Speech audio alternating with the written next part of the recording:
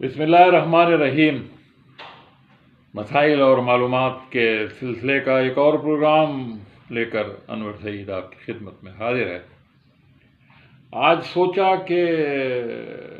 اس دنیا میں ہماری قیمتی متاع جس کا اللہ تعالیٰ نے بھی قرآن پاک میں بار بار ذکر کیا ہے، جان و مال کے بعد اولاد، تو آج ہم اپنے بچوں کی، اولاد کی تعلیم و تربیت کے حوالے سے کچھ بات کریں گے، بلکہ تربیت کے حوالے سے زیادہ بات کریں گے۔ قرآن پاک میں اللہ تعالیٰ کا ارشاد ہے کہ یا ایھا الذین آمنوا قوا انفسکم واہلیکم نارا وقودھا الناس والحجارہ، اے ایمان والو، اپنے آپ کو، اپنے نفسوں کو، خود کو اور اپنے اہل و عیال کو اس آگ سے بچاؤ جس آگ کا ایندھن انسان اور پتھر۔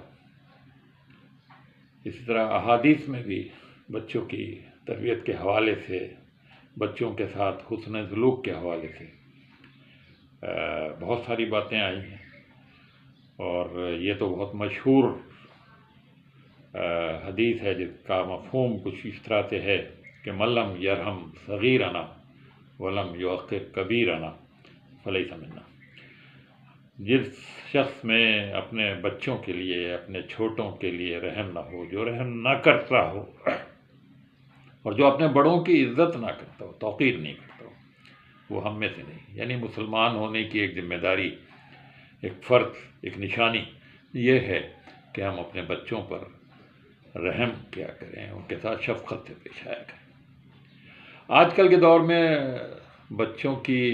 تعلیم تو بہت ہو رہی ہے، اسکولوں میں اور کالجوں میں، ہر جگہ گلی گلی اسکول کھلے ہوئے ہیں، بھاری فیسیں ہیں، بہت سارے پیسے دے کے ماں باپ یہ سمجھتے ہیں کہ ہم نے اسکول میں بھیج دیا، اب اس کی تعلیم بھی ہوگی، تربیت بھی۔ ٹھیک ہے، تعلیم شاید ہو جاتی ہو،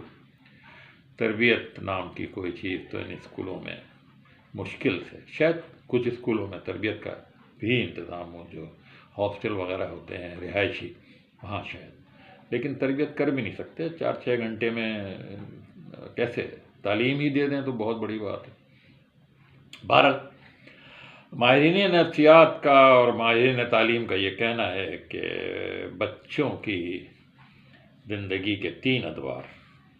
یعنی پیدائش سے لے کر 21 سال تک کے 3 ادوار، اگر ان کو ہم 3 ادوار میں تقسیم کریں 7 سال کے، تو یہ بڑے اہم۔ پہلا دور پیدائش سے 7 سال تک کے، یہ دور سب سے اہم ہے۔ یہ دور ایسا ہے کہ اس میں بچہ جو کچھ سنتا ہے، جو کچھ دیکھتا ہے، جو کچھ مشاہدہ کرتا ہے، جس حالات سے گزر رہا ہوتا ہے، جس طرح اس کے ماں خصوصاً اور باپ بھی اور بھائی بہن بھی پیش آتے ہیں، وہ سب اس کے ذہن میں یہ سمجھ لیے ایک ریکارڈنگ مشین ہے، جو مشین آپ کی ساری چیزیں، اس کی زندگی کی ساری چیزیں، ماں باپ کا رویہ، برتاؤ، بھائی بہن کا رویہ، یہ سب ریکارڈ ہو رہا ہے اس بچے کے دماغ میں، اس بچے کی مشین میں جو یہاں فٹ ہے۔ آپ جو کچھ کریں گے وہ اس کے ذہن میں ریکارڈ ہو جائے گا، اور پھر آگے چل کر وہ پھر اس پروگرام کو کھولے گا اور پھر اس پروگرام کے مطابق چلے گا۔ تو بہرحال یہ پہلے پیدائش سے لے کر اور 7 سال کی عمر بہت اہم ہے، اور اس میں باپ سے زیادہ ماں کا کردار اہمیت رکھتا ہے۔ ماں سارے دن گھر میں اس کے ساتھ ہوتی ہے، ماں کیا کر رہی ہے، صفائی ستھرائی میں لگی، جھاڑو دینے میں لگی ہوئی ہے، کپڑے بدلنے میں لگی ہوئی، ٹی وی دیکھنے میں لگی ہوئی ہے، ڈانٹ ڈپٹ کر رہی ہے، بچے کو تھپڑ لگا رہی ہے، بچہ رو رہا ہے، یا اس کی بہت اچھی طریقے سے اس کی تربیت ہو رہی ہے، اس کے کھانے پینے کا خیال رکھا جا رہا ہے، اس کی نیند کا خیال رکھا جا رہا ہے، اس کے ساتھ اچھی اچھی باتیں کی جا رہی ہیں، اس کے ساتھ محبت کا رشتہ استوار کیا جا رہا ہے۔ یہ ساری باتیں بہت کاؤنٹ کرتی ہیں۔ ان 7 سالوں میں جو کچھ بچہ بننا ہوتا ہے وہ بن جاتا ہے۔ اس لحاظ سے یہ بہت اہم ہے، خاص طور پہ جو مائیں اپنے بچوں کو نلا دلا کے کپڑے بنا کے گھر سے باہر نکال دیتی ہیں صبح صبح کے، جب وہ جائیں اور محلے کے بچوں کے ساتھ کھیلیں کودیں، مٹی دھول میں رہیں،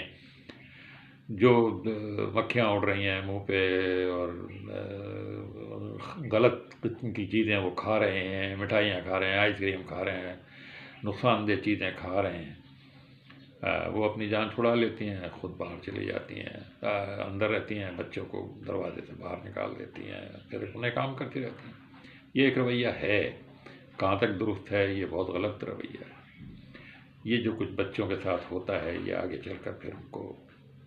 تنگ کرتا ہے، معاشرے کو تنگ کرتا ہے، ماں باپ کو بھی تنگ کرتا ہے، اور یہ وہ ایک اچھا شے ہے۔ اسی طرح 7 سال سے 14 سال کی عمر، بلکہ کسی مفکر نے، کسی بڑے ماہر نے یہ بات کہی ہے کہ پہلے 7 سال لاڈ پیار کے سال ہوتے ہیں، اور دوسرے 7 سال جو ہوتے ہیں یہ اس طرح کے ہوتے ہیں کہ اس میں ایسے آپ برتاؤ کریں اپنے بچے کے ساتھ جیسے وہ آپ کا نوکر ہے، جیسے وہ آپ کا سرونٹ ہے، جیسے وہ آپ کا غلام ہے، ان معنوں میں نہیں، لیکن جس کو کہتے ہیں غلام کا مطلب یہ ہے، نوکر کا مطلب یہ ہے کہ آپ جو کچھ کام اس کو کہیں وہ کرے، اور اس میں اگر غلطی ہو تو اس کو سمجھائیں، اس کو آپ ڈانٹیں۔ تو یہ عمر ایسی ہے کہ اس عمر میں آپ اس کو کام کرنے کے لیے بھی کہیں گی، اس کو باہر جانے کے لیے بھی کہیں گی، اس کے ڈانٹ ڈپٹ بھی کریں گی، اس پہ شفقت بھی کریں گی، اس کا کہنا بھی مانیں گی، اس کو اچھے کپڑے بھی دلائیں گی، اس کو پسند کی چیزیں بھی دلائیں گی، لیکن سب ایک حد میں رہتے ہیں۔ اسی طرح سے 14 سال سے 21 سال کا جو مرحلہ ہے اس کو کہتے ہیں کہ یہ دوستی کا مرحلہ ہے، اس میں آپ اپنے اولاد کے ساتھ، اپنی بچی کے ساتھ، اپنے بچے کے ساتھ دوستی کریں۔ دوستی کا یہ رشتہ بغیر بھروسے کے، بغیر ٹرسٹ کے نہیں ہو سکتا۔ اس بچے میں اور آپ کے درمیان دوستی کا ایک ایسا رشتہ ہونا چاہیے کہ وہ اپنی ساری باتیں آپ کو بتائے، آپ کے پوچھنے پر وہ برا محسوس نہ کرے، وہ یہ محسوس نہ کرے کہ یہ میری خبریں رکھتے ہیں، میری جاسوسی کرتے ہیں، میرے پیچھے لگے ہوئے ہیں، میرے بارے میں غلط رائے رکھتے ہیں، اس لیے بار بار مجھ سے پوچھتے ہیں کہاں جا رہے ہو، کب آؤ گے۔ تو یہ جو رشتہ اگر استوار ہو جائے دوستی کا، اور اس کو یہ محسوس ہو کہ یہ محبت میں پوچھتے ہیں، یہ مجھ سے انسیت رکھتے ہیں، میرا خیال رکھتے ہیں، اس لیے یہ مجھ سے پوچھتے ہیں، اس لیے نہیں پوچھتے کہ یہ مجھے میرے بارے میں کوئی شبہ ہے۔ اور کچھ بات چیت کا سلسلہ خصوصاً باپ کا، بڑے بھائیوں کا اگر ہو، ایسا نہ ہو کہ صبح سونے سے پہلے، اٹھنے سے پہلے بچے نکل جاتے ہوں، یا باپ باہر چلا جاتا ہو، بھائی باہر چلا جاتا ہو، اور رات کو جب آتے ہوں تو یا تو وہ سوئے ہوتے ہیں یا بچہ سویا ہوا ہوتا ہے۔ بہرحال یہ آپس میں انٹریکشن اور آپس میں یہ اس سال کے دوران بہت ضروری ہوتا ہے، اور بچے کو بھی یہ شاید احساس نہیں ہونا چاہیے کہ اس کو کہ یہ کیوں مجھ سے پوچھتے ہیں، اس کو یہ احساس ہونا چاہیے کہ یہ اس لیے پوچھتے ہیں کہ آپ سے محبت ہے، آپ کے بارے میں وہ ڈرے ہوئے ہیں، آپ کے بارے میں خوف زدہ ہیں،